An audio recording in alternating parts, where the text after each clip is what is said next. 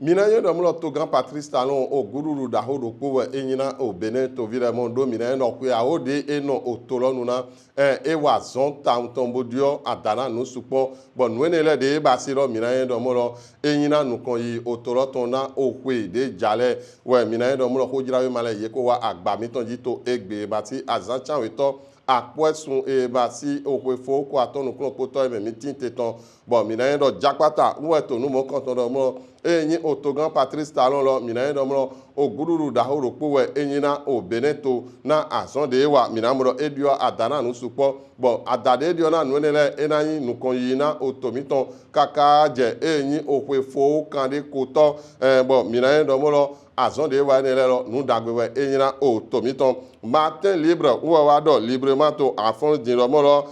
minaye domlo otogan yoyo romia wada yiro o enya chekipa etonde na zira ediro minaye domlo melegbe koto ohodo dego na ena igbon na wele na igbon uwe yovo yiro o speculation bon minaye domlo ni minamo kunje go matin libre we minaho bona monu mon canton ya bon la boussole diwe mina yina mi halu pulo bona dona mi domolo la boussole wo wa to hodo panta eyin nuwe na o achepipa romia wada iton lo su papa bon eto di domolo mede nukumede minamo hunena o togan yoyo romia wada yi ena du ganle nukumede minamo le edo hodo yego nyana yo nukumene lole o anaye domolo emina ho eyin o hojirawe ma la boussole l'informateur wo wa to di dona mi pondomolo nous de no yoro système de ponzy lo anye domolo o gayi de no bayi bono yoro kunet poro o coince no e bode goze golepo o wayin système de ponzy ne lo anye domolo o pono le ye fon gudo no mon kotonji dimbonali